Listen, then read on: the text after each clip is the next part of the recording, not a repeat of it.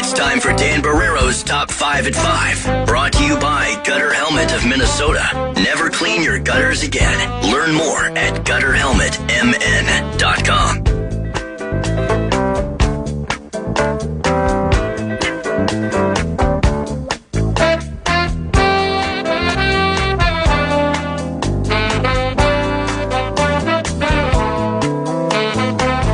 Shaking my head, which isn't good on radio because no one can hear you shaking your head. No, and we're not on KFAN.com/watch right now. The Lynx rings don't hit as hard when there's like 12 teams in the league.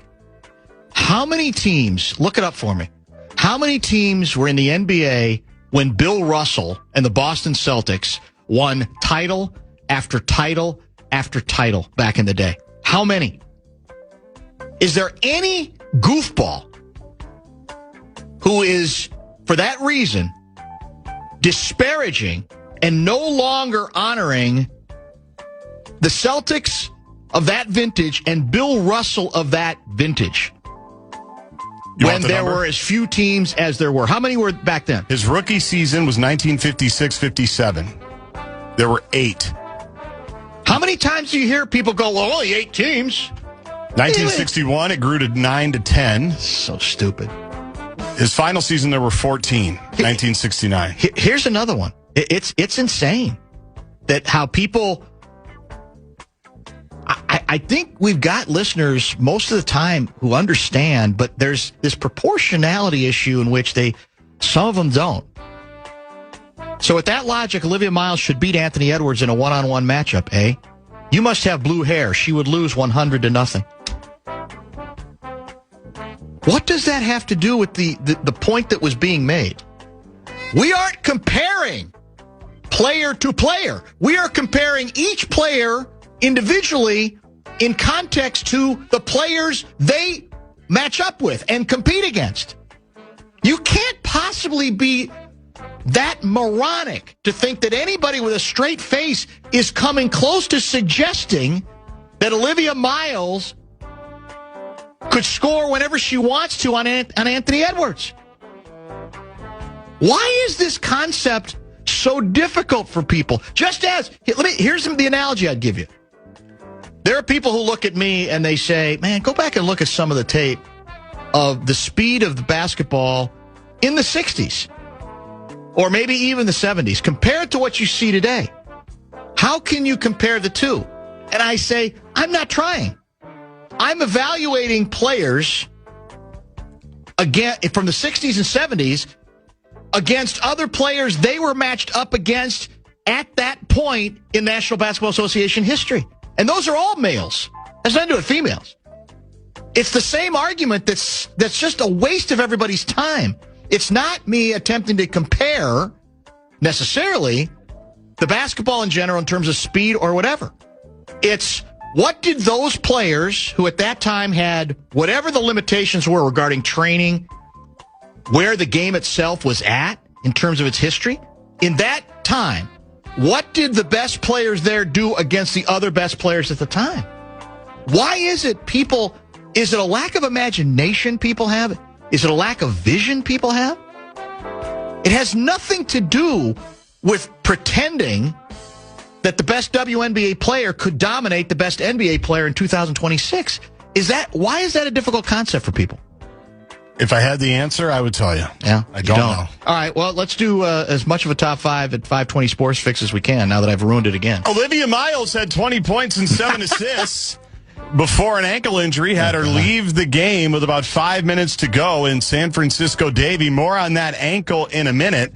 But the Lynx led by as many as 21 points, the second place, and I think at the time 14-5 at home.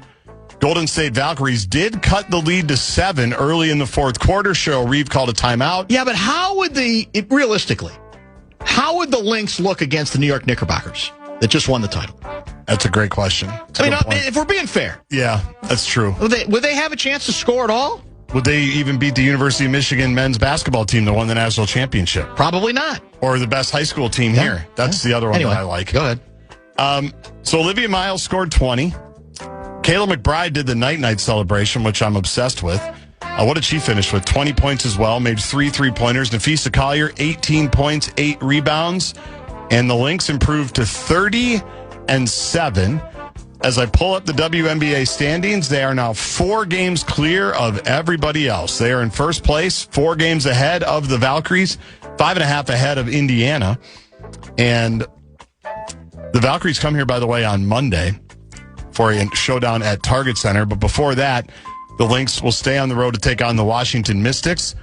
And Olivia Miles is listed as probable with the left ankle injury. She left the game, looked bad, went back to the locker room for a minute. I think it was just to kind of jog it off and run it off. Came back to the bench, but they didn't need her. She's listed as probable for tomorrow. Nafisa Collier will be out of tomorrow's game. Rest is the reason given for her. Great. Now we're going to do load management. That's great. She already missed half the season. That's great. Doesn't she need more playing time to get in, the right shape? The right wind? Guess not. Probably not, yeah. So that's what we know about the Lynx. Do I need to apologize to Minnesota Aurora, by the way? I mean, you could if you wanted. Somebody has tallied it up. When we're talking about regular season winning percentage? Yeah, they're like 900. 892. Yeah, I was going to say, they never lose in the regular season. Of course, their problem is they've never won the big one. That's been their issue. That's what saddles them. What's the Vixen? What's their regular season winning percentage? That's a good question, and they just won a title, right? Yeah, they did. They finally won one. They broke through. Mm-hmm. After they had lost 4, they were like the Vikings. They'd lost 4 times in the title round. And they finally, unlike the Vikings, broke through. And unlike the Vikings, they scored in the first half of the game. Do they have a quarterback? They must. Got a couple of them. They're not worried about base, balance, body, and Brosmer? Yeah. Anything else you want to add about the Lynx? No, they're obviously in great position. And the most important thing is it doesn't appear that the Miles injury is significant. Because I think that's what everybody's holding their breath on, right? Yes. Is you have a player this valuable this early. Well, what could possibly go wrong there? It's a fickle game. I mean, and people get hurt. And she has had a couple of ankle issues. Scares, for sure. But so far, it doesn't appear as if it's keeping her out. And, we've got... How long is what I still am not sure of is how long the delay is once we have international competition, right? Is that going to throw off all of our momentum? I don't worry about it as much. Okay. You're right. It's something to think about. But I would imagine they're going to stay in the gym and they're going to be pretty well locked in because it is an 18-day layoff, I believe. I'm going to pull up the schedule just to refresh exactly what happens. They play, I mentioned Washington tomorrow. They play Golden State here on Monday. Then they have basically a week off, a final road game against Atlanta on August 30th, and then they're off until September 18th when they take on the New York Liberty. So they've got an 18-day FIBA break. There's some FIBA competition. I'm worried about it. Yeah, I can understand that a little bit. Well, that'll be the angle if we struggle. Right? There's no question. Whether it ends up having anything to do with that or not, that'll be the angle. Bad break. If this is the year where there was a longer break between the regular season and the postseason. TCO. Here's Alec Lewis, who joined yesterday. His tweet. A lot to come at the Athletic. What's that supposed to mean? Well, just let me finish. Oh. A lot to come from the Athletic. From Vikings joint practices with the Ravens. Some quick takeaways. The run game looked much improved today, and the defense dominated in every sense of the word. One nugget about the defense, safety Theo Jackson did come down after a deep ball and was walking off slowly with the trainers to the medical tent. As Alec mentioned, safety depth is already a concern. Q Harrison Smith comment here. Kevin Seifert saw the same thing. Theo Jackson left practice today with medical staff, did not return. Appeared to be a lower body issue. The other nugget to come out of camp today was that KOC said that J.J. McCarthy more than likely will start Saturday's preseason game against the Ravens, with Kyler Murray and many other starters unlikely to play as expected. Oh, my God, I just can't wait for the start of the regular season. I got to admit it, it's already starting to get to me. 3 weeks in. Yeah, and we got 3 weeks of camp. And we got a long way to go, right? I mean, that's the thing. Yeah, but we got the fair. We don't really. We have pay the fair, attention during and we the do fair. have another preseason game coming up, and yeah, you're right. It'll travel by There's quickly. good distractions. You're right. So we have that usual break where there's 2 weeks between the last preseason game and the start of the regular. Yes. See, I hate that. I do too. It's too long. I don't know when we went to that, but that's too long for me. I much prefer, I understand why it's done this way, but I'm ready to go. I want last preseason game, as meaningless as it is, I want to think, okay, let's look forward to the next whatever. Well, I guess that's part of the problem. If you got an exhibition game on a Saturday and then somebody's playing on the Thursday opener, then there's bitterness about how little time there is. I understand why they do it the way they do it. I don't like it, though. Let's just keep playing. But they could also mess with that. They could also just have those teams play earlier in the preseason.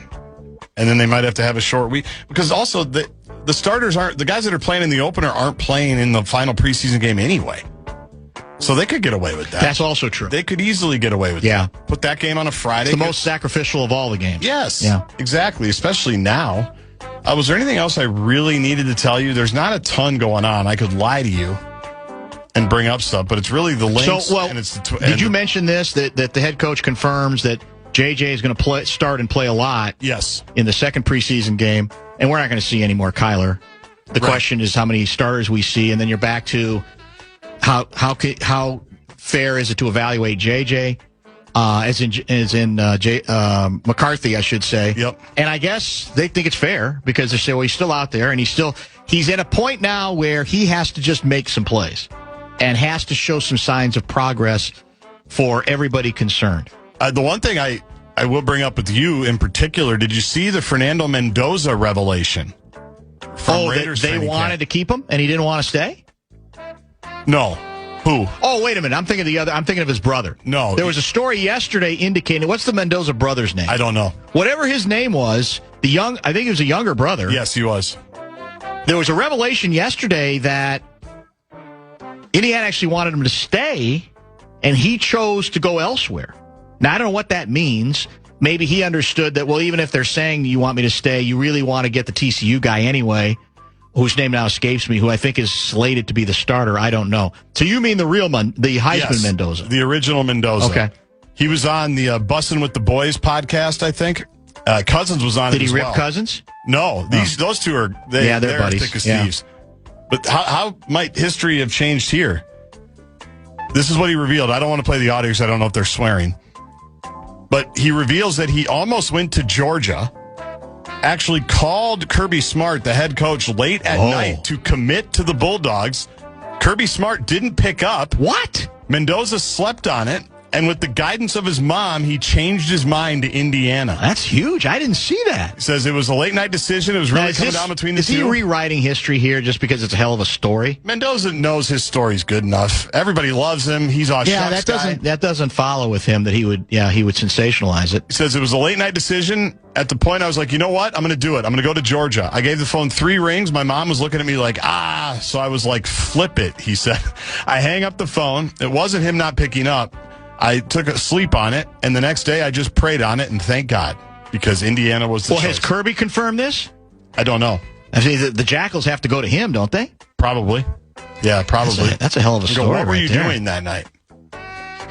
But that would be, that's what literally keeps coaches up at night, even though he apparently was sleeping that night. Those are the things you don't want to hear. I didn't think coaches were allowed to sleep. I know, especially an SEC coach. Yeah, you're not supposed to do that. With recruiting. Yeah. You got to be paying attention. Said it was close to midnight Eastern time. Wow, that's a good story, that's a good nugget. Yeah, that's a really good one. Who knows? It all could have been different. It all could have been different. Yeah, because they obviously weren't going to find anybody to play the position like he did last year. He was absurd. He was great. Absurd. He's going to be a good pro. I agree. But he and Cousins are bros. It's funny. They're laughing. They're making Cousins getting in fights. Is that all taken care of Going now? After Max Crosby? Yeah. Yeah, it's Kirk O'Chains. You ready for Dr. Dan's inbox? Yeah, let's do it. I'm ready. I'm way late, but we'll get to it, and we'll get to a couple of other texts as well as we continue.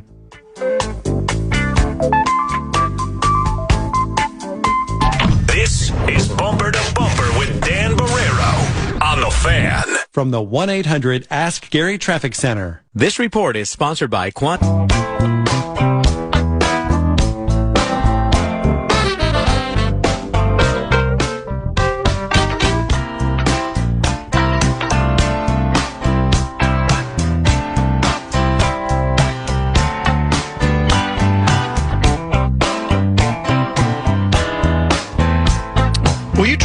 this for me before we get to the inbox? Dan, I don't know how this is that hard for you. The more teams there are, the more games you have to play and win to win a championship. The less teams there are, the less amount of games to win. I think even I could follow that math. My question is, how often, when we're talking about some of the great storied franchises, including, by the way, pro football franchises, have we downgraded championships because those teams had to win fewer playoff games to win a Super Bowl? Or NBA playoff run, or Stanley Cup playoff run, or whatever. You're stating the obvious, but you're leaving out the most important part of it. Tell me when you have dismissed the significance of those titles being won when they were won, and when have you conveniently left off that the talent wasn't diluted by the expansion the way it has become diluted? So yes, it might be true you have to win more series, but the counter to that is the teams don't tend to be as deep as they once were. If it's more important for you to say, I just want to denigrate anything that happens in women's sports, just come out and say it. It's easier. In fact, it's liberating. Go at it that way. But don't pretend that all along, I'm very consistent with this. If the Vikings had won a Super Bowl back in you picked the year, 75, I wouldn't have even counted it. Weren't as many teams? I mean, didn't have to win as many games? Are you out of your mind? You've never even considered it. But you're stuck now because you don't know what to make of this. And instead of just giving it its due, which isn't that difficult to do, you wrap yourself up in a pretzel to try to find ways to denigrate it. I just didn't think it was that difficult. Is Bill Russell considered the greatest winner of all time, or one of them? I think he's seen as the greatest winner of all time and revered by almost every former player that came after him. Watch films of how slow the game of pro basketball is then. But it's viewed as, well, within the context of what was going on then, that was compared to the other players playing in that same league. There was still dominance. There was still greatness. There was, rewriting the game, etc. I really I feel bad about triggering this many people. Like I said, working this hard.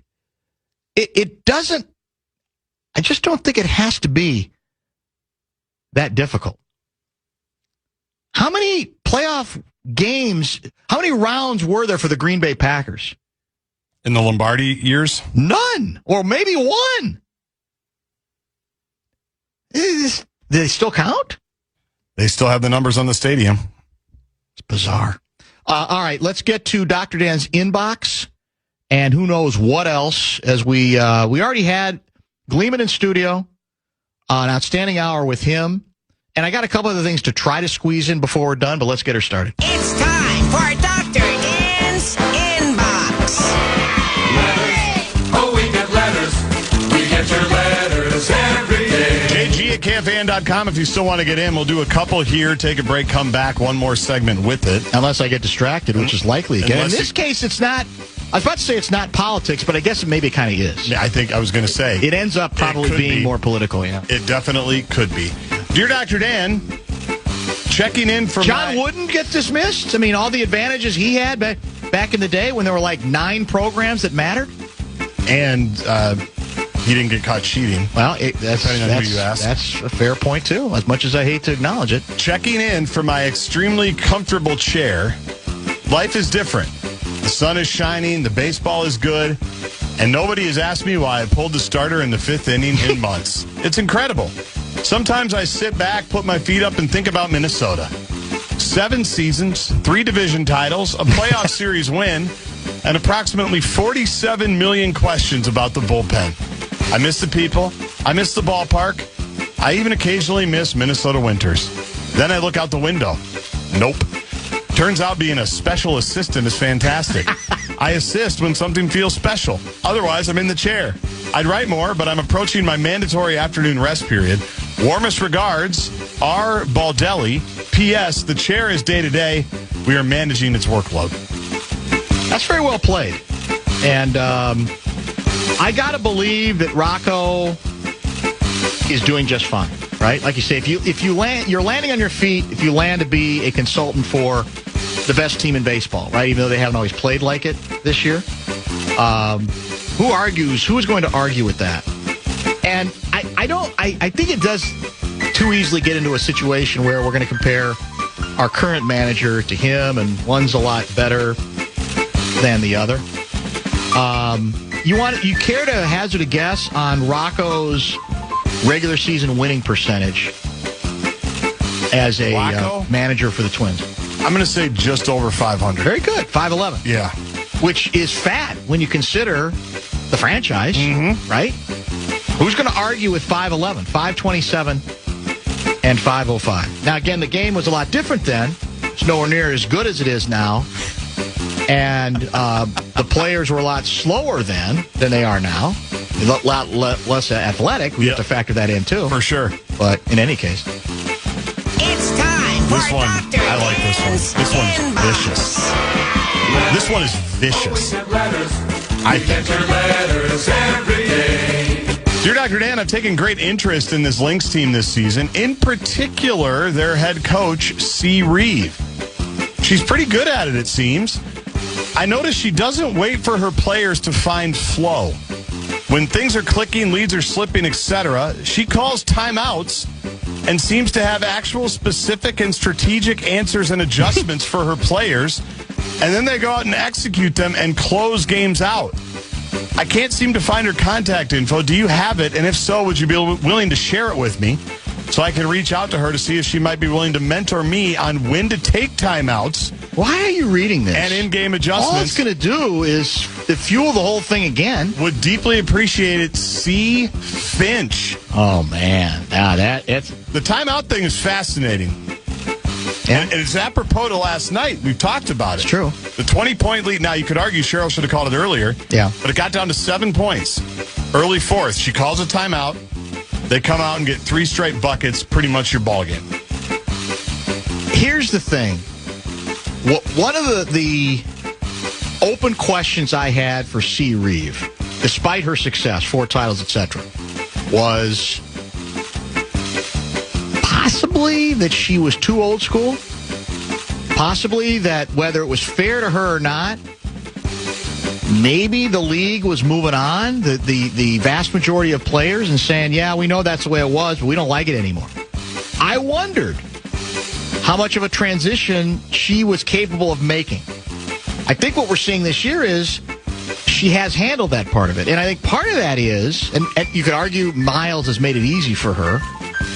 On the other hand, part of, I think, her sort of accepting reality while still holding to her own beliefs and standards is, I got to let the kid make some mistakes. I can't melt down every time and lose my mind. Yeah. I think, now, again, you could say, look at their record.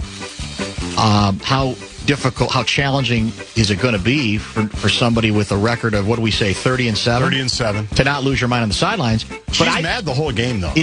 But in general, I don't think her body language is as excessive as I remember it being the last couple of years. Interesting.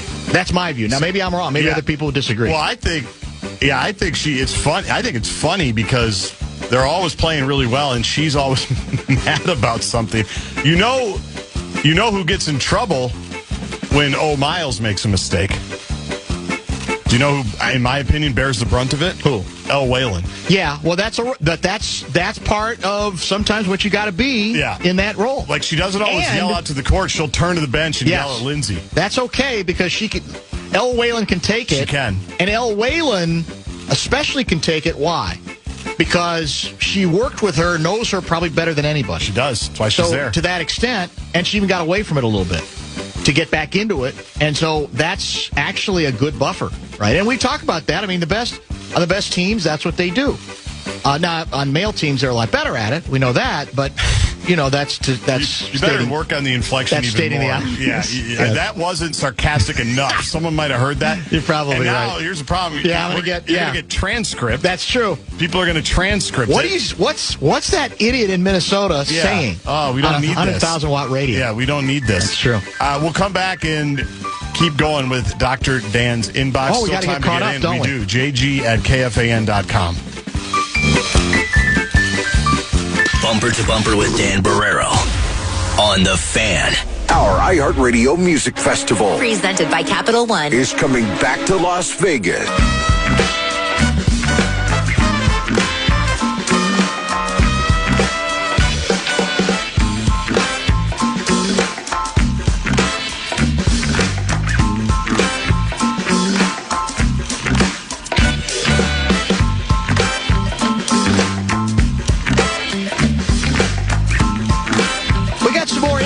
Gaardsy tells me. Dr. Dan's inbox. Sponsorship still available, correct? Lil B would love to sell it. Are we going to do the inbox during the Great Minnesota Get-Together? Have we done that historically? Yeah, we have at times. Depends on what we have. I'd love to do it. It's always fun. Fair enough. Yeah, I think we should do it. Let's keep it going. It's time for Dr. Dan's Inbox. We got a lot from this community. We get your letters every day. Dear I Dr. can imagine Dan, that. Dear Dr. Dan, writing on behalf of the 5th most popular dog breed in Minnesota and the #1 breed in Indiana. Yes, Indiana. Even we don't know why. You seem shocked that Chihuahuas are so popular. Maybe it's because we're affordable, portable, and require very little exercise. Basically, we're the perfect dog for people who want unconditional love without ever putting on athletic shoes. And Coach O'Connell, you can make fun of us all you want. Just remember, I weigh 8 pounds and still have more fight in me than most of your offensive line. Respectfully, C. Wawa. Well, I figured sooner or later that the Dr. Dan figured we would hear from the C. Wawa community. We got like 10. And there is, every time over the decades in which one breed has come under some criticism, there has been a massive triggering from people who own that breed and have lived with that breed and said, that's false, that's stereotypical, that has to do with mistreatment of the animals, and it's the most wonderful, generous, loving animal there is. Stop stereotyping it. And that's often probably true. I mean, the truth is, and you're not going to ever admit to this because you're a cat guy, almost any dog can be a wonderful pet. I think there's some truth to that. I admit, Dr. Dan admits a bit of prejudice against the so-called yip dog. You know, that sort of, that thing? I don't do well with it. Yeah. Doesn't mean that there's anything wrong with the animal. Doesn't mean that the animal should go away. It just happens to be, it's a personal preference like me, preference like me with Savannah bananas. I just don't mix well with the Savannah bananas or yip dogs. But I don't think that means they don't have a right to exist. That's and very many mature. people have wonderful relationships with those animals. And the bananas. And the bananas, that's true. Is there a correlation there between liking yip dogs and liking the Savannah bananas? Could be. Yeah, I think there could be. Possible. A nice cross-section. Okay.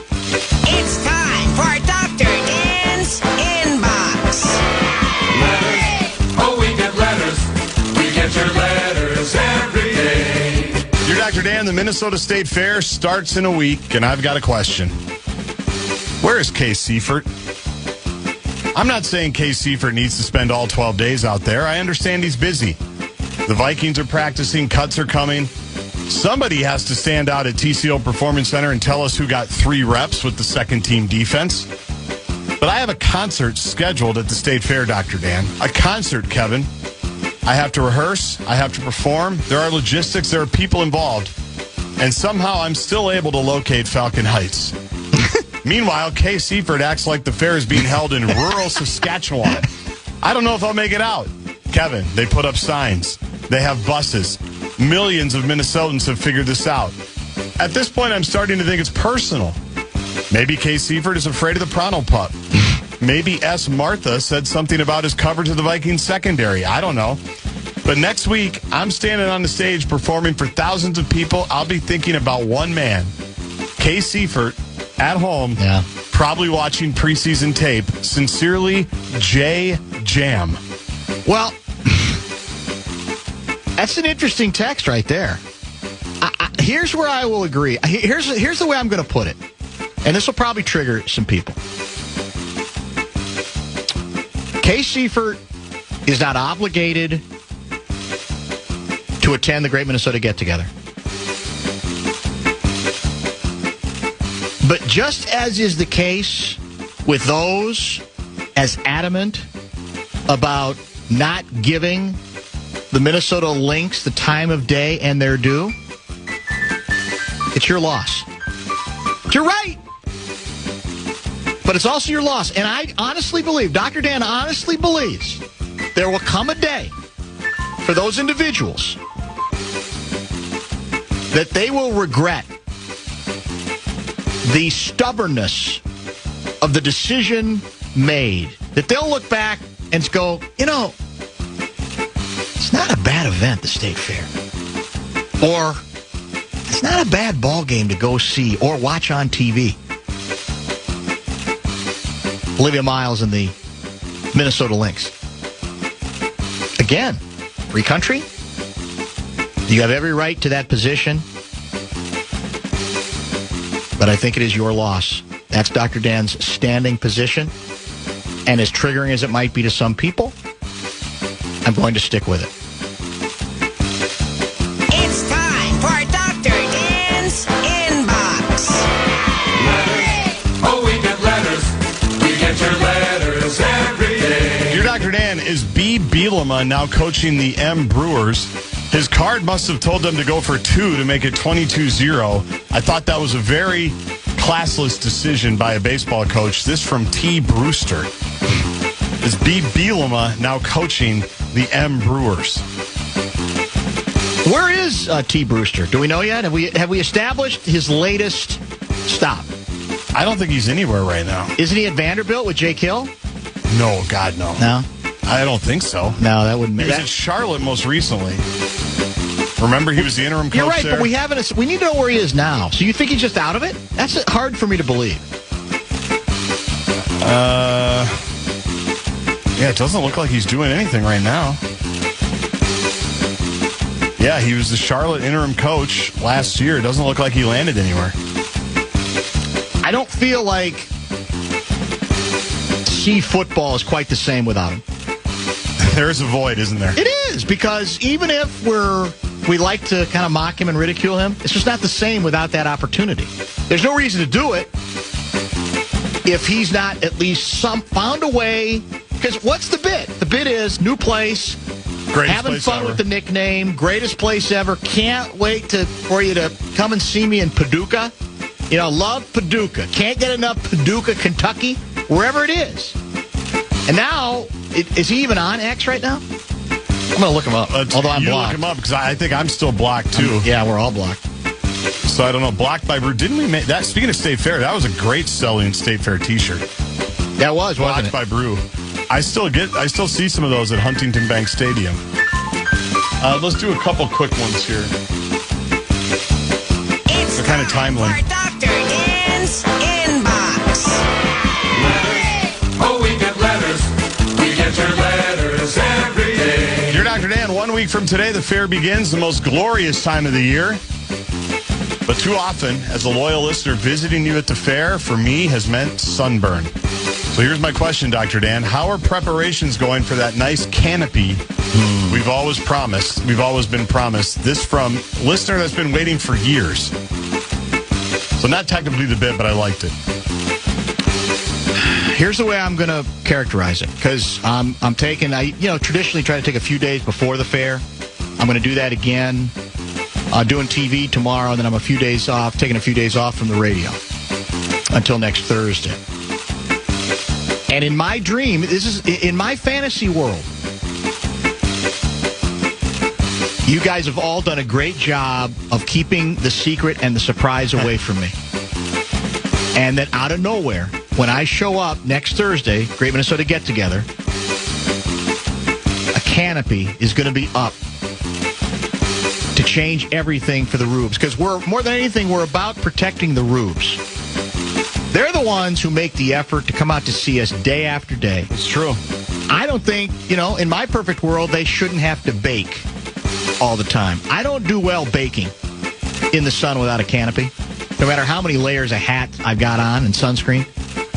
So, am I asking for too much? Am I going to be greatly disappointed by trying to cling to that fantasy? I can only say this.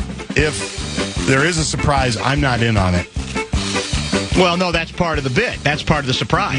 Me saying I'm not in on it? You're trying to sell it. Too obvious? Because you would know. If there is something major afoot, you're too connected to the individuals who would be front and center with that. Yeah, that's true, kind of. However, I think with our new office move, I feel like I've never been more disconnected from everybody. Well, yeah, that's... Yeah, I get that. So I don't know. I don't know anything that's going on here. I've seen Abbott one time in 2 months, and I think that was a training camp. So I don't know. That'd be great. It'd be wonderful. One of the years, it would be nice. It really would. It would be nice to have, but I wouldn't hold my breath. Let's do this for a walk-off. Time for Dr. Dan's Inbox. Oh, we get letters. We get your letters every day. Dear Dr. Dan, A. Gleeman has already had his share of doing nothing. He needs to get out of the house more. Please keep asking him to show up. A. Gleeman's girlfriend. Wow. That's well played. By the way, after A. Gleeman left the studio, he somehow got locked in our new vestibule. Oh, no. And I'm like, well, that's not possible. I think the door got messed up. And I'm like, are you serious? He's like, yes, I'm locked in this cage. Thankfully, somebody got to him. Somebody was actually there that helped him out. But I said, this is why you don't leave the house. And he said, precisely. I don't even know how that is possible. What happened to him? Well, what I don't think he knows is that the doors are opposite. If you go in the main doors, I see, one's yes. a push and one's a pull. Yes, that's true. Which makes no sense, by the way. Yeah, well, that's part But of the they bit. didn't ask us. Yeah, that's true. So I'm thinking he could have found his way out, and that's where I was kind of leading him down, but then somebody was able to actually get there. I don't know who it was that got him out of the door. So we hope A. Gleeman is safely home now, watching Hard Knocks, featuring the Seattle Seahawks. Brief pause? Yeah. Let's do it. We're good. Back with a couple of more toxic texts when we continue. You're listening to Barrero.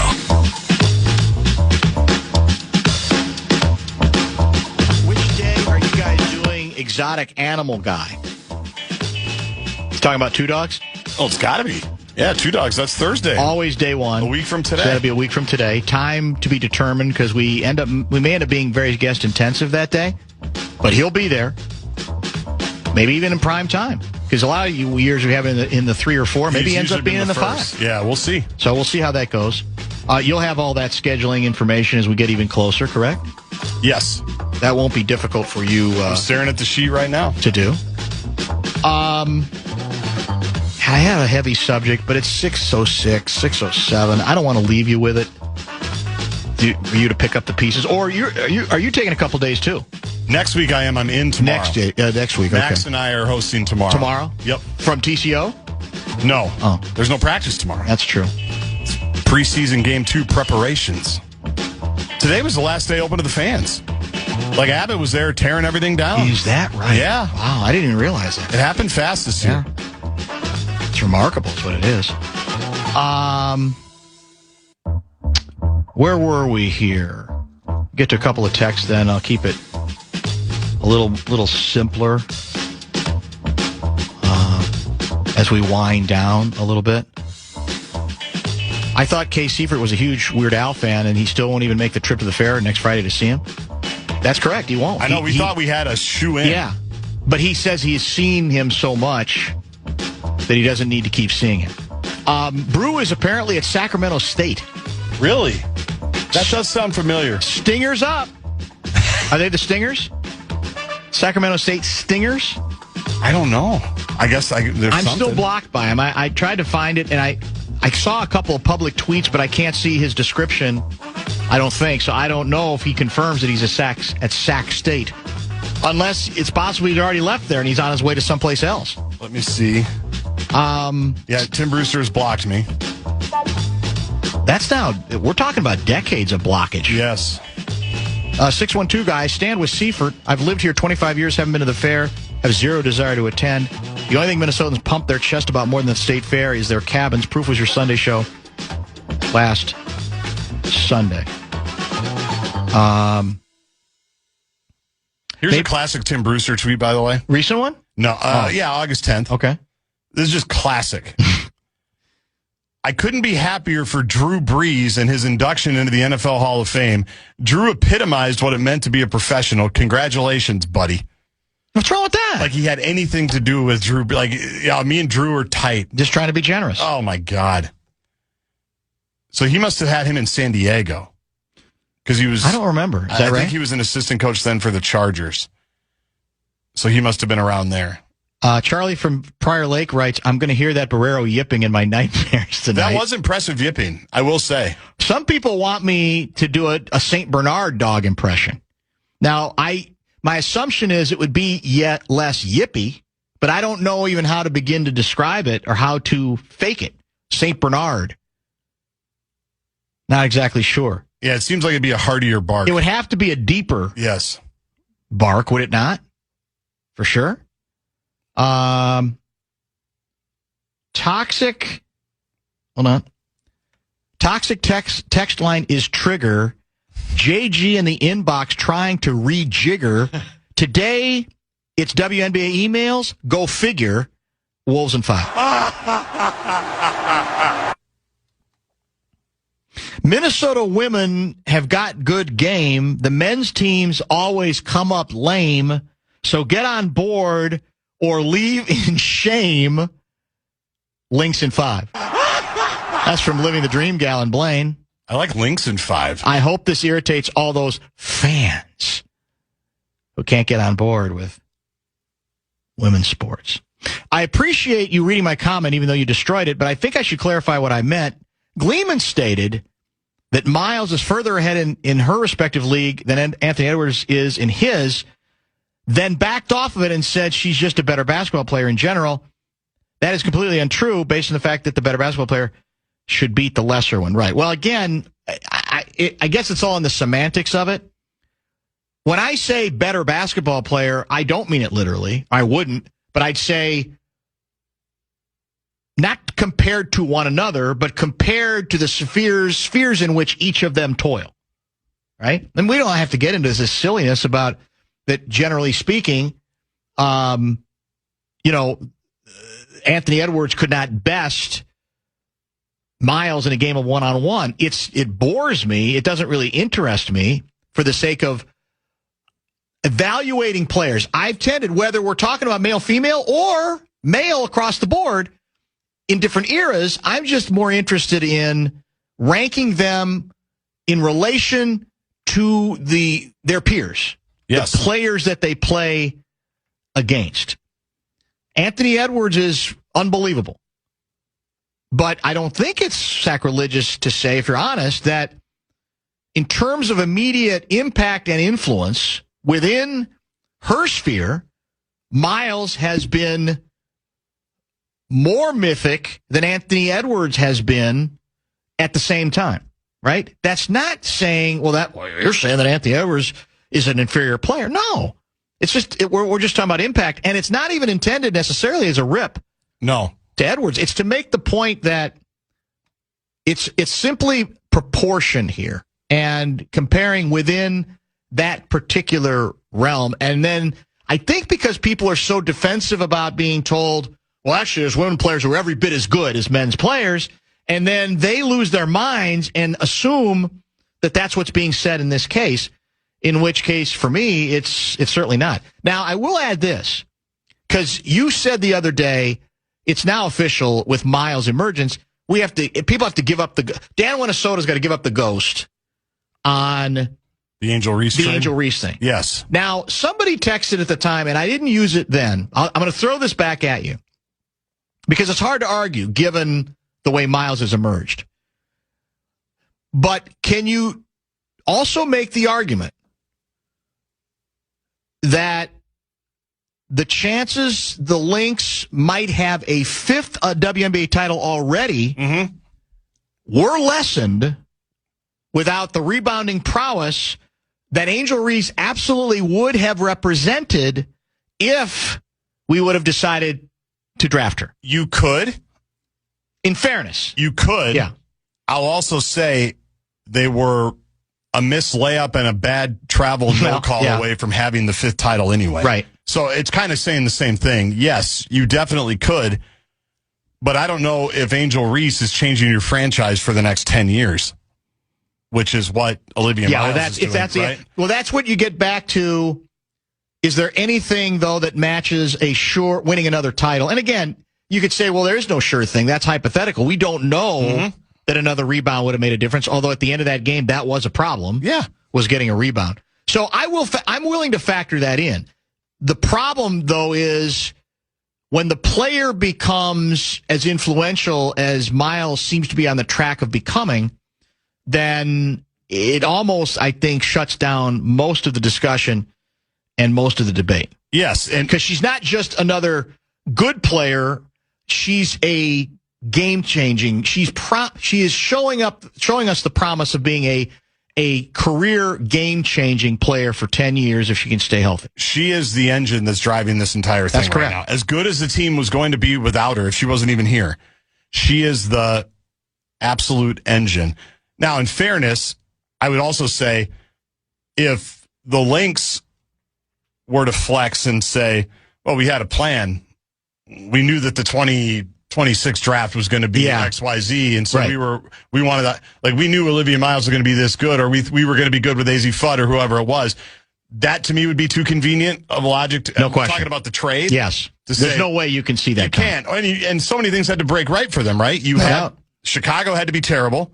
Chicago had to get a high pick. Dallas had to have Paige Beckers and not want to take Olivia Miles, and the AZ Fudd connection as well.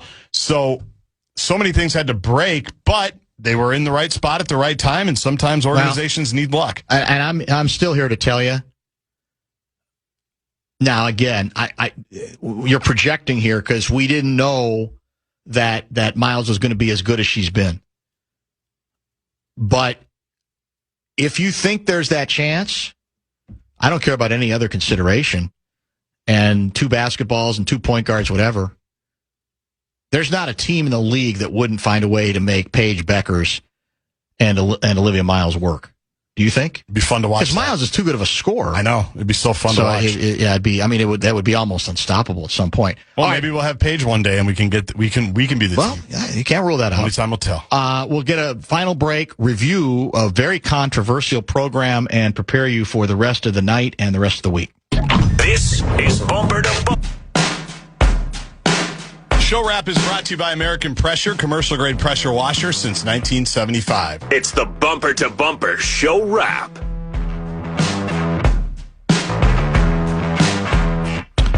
The Seifert headline from day 2 of our joint practices with Baltimore Ravens. Interesting.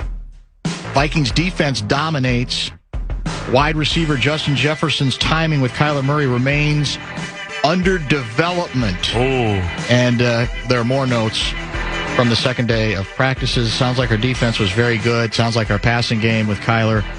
And several great breakups by the plucky Baltimore secondary left JJ a bit frustrated, although he said all the right things, which is going to take some time. Kyler was splitting some reps. And as I said, in about 2 weeks, we'll all forget, for better or for worse, what took place these 2 days. But right now, it's all that we have to go on. 310 guy, a couple more Mendoza-type stories. You had the Mendoza story about he's ready to go to Georgia. Yep. Leaves the coach a message, right? No, he just called him. He called him. Didn't leave a message. Yep. Slept on it. Changed his mind. Returns to Indiana. Rest is history, correct? Or goes to Indiana. Yep. This is 310 guy. I'll take him at his word. Larry Fitzgerald Jr. flew to commit to Penn State. Weather trapped him in Pittsburgh, so his agent said, let's just swing by Pitt, unscheduled. He committed and never visited Penn State. Really? I don't know if it's true, but it sounds good. That's How interesting. about another one? Hakeem Olajuwon originally arrived in New York at JFK Airport from Nigeria, intending to visit St. John's University. Shocked by the bitter cold upon stepping outside, he immediately went back inside and decided to head to Texas instead, ultimately playing for the University of Houston Cougars and Phi Slamma Jamma. Again, I don't know how true it is, but it sounds good. Yeah. Sounds like some good work. And then obviously, there's the wooden fable. The snowstorm? Yeah, that's true. That's a big one to this day. Although, again, I wouldn't make that big of a deal of all those titles. What did Wooden win? Was it 9 in 11 years? I thought it was 10 and 12. Was it 10 and 12? I thought so. Yeah, but how many teams were in it, and how difficult was it to get done? Right. Compared to the... And freshmen couldn't even play. That's a good point, too. You're exactly right. Totally different world. Thank you to Aaron Gleeman. Good studio hour with him, although thanks to him, that's why I ended up in a text line battle pretty much the rest of the show. I'm going to blame that on Gleeman. You were preoccupied for very much so. Final couple of hours. There's no question about it.